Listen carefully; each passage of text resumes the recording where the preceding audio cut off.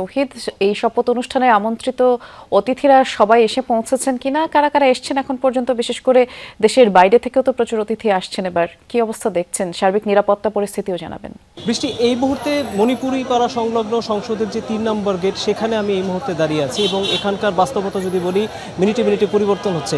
যদি নিরাপত্তা ব্যবস্থার প্রশ্নের উত্তর দিয়ে সবার আগে শুরু করি, হঠাৎ করেই কিন্তু গত আধা ঘন্টা ধরে আমরা দেখতে পাচ্ছি যে নিরাপত্তা ব্যবস্থা আসলে হঠাৎ করে অনেক কঠোর অবস্থানে নিয়েছে সেনাবাহিনী। Korean super spicy flavor in Mr. Noodles.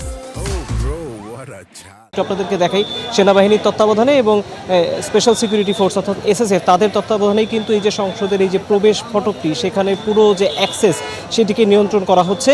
এবং এই মুহূর্তে যেহেতু রাষ্ট্রীয় প্রোগ্রাম এবং সে কারণে হচ্ছে কিছুক্ষণ আগেই ভেতরে প্রবেশের এক ধরনের বাধ্যবাধকতা থাকে সবসময়, যে কারণে আমরা দেখতে পাচ্ছি আমন্ত্রিত যারা অতিথি তারা নিজেদের নির্দিষ্ট যে দাওয়াত কার্ডটি, সেই নিমন্ত্রণ পত্রটি দেখিয়ে তারা কিন্তু ভেতরে প্রবেশ করছেন। আর আমরা কিছুক্ষণ আগেই দেখলাম যে বিভিন্ন দেশের রাষ্ট্রদূতরা, বিশেষ করে ইউরোপের বিভিন্ন দেশের রাষ্ট্রদূতরা একই বহরে অর্থাৎ একটি নির্দিষ্ট নিরাপত্তা প্রোটোকলের আওতায় তারা কিন্তু এই 5 থেকে 7 মিনিট আগে এই ফটক দিয়ে সংসদের ভেতরে প্রবেশ করেছেন। এর বাইরে আপনি গাড়ির জট কিছুটা লেগেছে সেটি দেখতে পাচ্ছেন। এখানকে উৎসুক জনতার ভিড় যেমন রয়েছে, নেতাকর্মীদের ভিড় রয়েছে, গণমাধ্যম কর্মীরা আছেন দেশ বিদেশের, যে কারণে কিন্তু এই নিরাপত্তা পরিস্থিতি সামাল দিতে বেশ বেগ পেতে হচ্ছে বলতে হয়। দুঃখিত, এই মুহূর্তে আমি দেখতে পাচ্ছি যে যারা সুপ্রিম কোর্টের যারা বিচারপতি তারা অনেকেই কিন্তু এর আগে প্রবেশ করেছেন, এখনও কিন্তু অনেকে প্রবেশ করেছেন। তাদেরকেও আমরা একটি নির্দিষ্ট প্রোটোকলের আওতায় কয়েকজনকে একসাথে আমরা প্রবেশ করতে দেখেছি। এখানেও কিন্তু আপনি দেখতে পাচ্ছেন একজন বিচারক, 3 জন বিচারকের গাড়ি, বিচারপতির গাড়ি 4-5 অর্থাৎ 5 জন বিচারপতি একসাথে প্রবেশ করছেন, সেই গাড়ির বহর এই মুহূর্তে আপনারা দেখতে পাচ্ছেন। সব মিলিয়ে পরিস্থিতিতে কিছুটা ভিড় রয়েছে, অর্থাৎ যতটা আমরা ভেবেছিলাম যে এখানে হয়তো কিছুটা আরও নেতাকর্মীদের উপস্থিতি কম থাকবে, সেটি কিন্তু কম হয়নি, বরং আরও বেশি হয়েছে। অনেক সময় আমরা দেখতে পাচ্ছি যে বড় বড় যারা ওয়ার্ড পর্যায়ের বা থানা পর্যায়ের যারা নেতাকর্মী তারা একদম বড় মিছিল নিয়ে এসে এই এলাকাটি পার করার বা এখান থেকে বের হয়ে যাওয়ার চেষ্টা করছেন।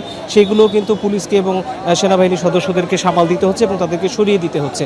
সব মিলিয়ে এই মুহূর্তে অতিথিরা আসলে বৃষ্টি প্রবেশ করছে সংসদে। ব্যস্ততা যেহেতু এই মুহূর্তে বাড়ছে, সামনে তো আরও বাড়বে। আমরা কয়েকজন যারা আমন্ত্রিত অতিথি তাদের সাথে আমরা কথা বলার একটু উদ্যোগ নিয়েছিলাম, কিন্তু সেটি উপায় হয়নি, কারণ এখানে আসলে কোনো গাড়িকেই দাঁড়াতে দেওয়া হচ্ছে না। খুবই কঠোর অবস্থানে আছে আইন শৃঙ্খলা বাহিনী। সব মিলিয়ে পরিস্থিতি, যেহেতু আর কিছুক্ষণ পরেই শপথ অনুষ্ঠানটি শুরু হবে সংসদের দক্ষিণ প্লাজায়, আশেপাশের যতগুলো এলাকা রয়েছে অর্থাৎ মানিক এভিনিউর যেই সংলগ্ন সড়কটি রয়েছে, এখানে যে আমরা বিজয় সরণির মোড়ের দিকে যাওয়ার যে সড়কটি রয়েছে, সবগুলো সড়কই কিন্তু এই মুহূর্তে আটকে দেওয়া হয়েছে এবং যানবাহনের চলাচল সেগুলো নিয়ন্ত্রিত করা হচ্ছে। সব মিলিয়ে পরিস্থিতি, এখন পর্যন্ত সবাই প্রবেশ করছেন, সবার প্রবেশ যখন শেষ হবে বা যখনই নির্ধারিত সময় শুরু হয়ে যাবে তখন আসলে আয়োজন শুরু হয়ে যাবে। এখন শুধু সংসদের এই মণিপুরি বাজার সংলগ্ন এলাকার সবশেষ পরিস্থিতি। বৃষ্টি, শুনছিলাম আপনার মাধ্যমে। ধন্যবাদ আপনাকে তৌহিদ।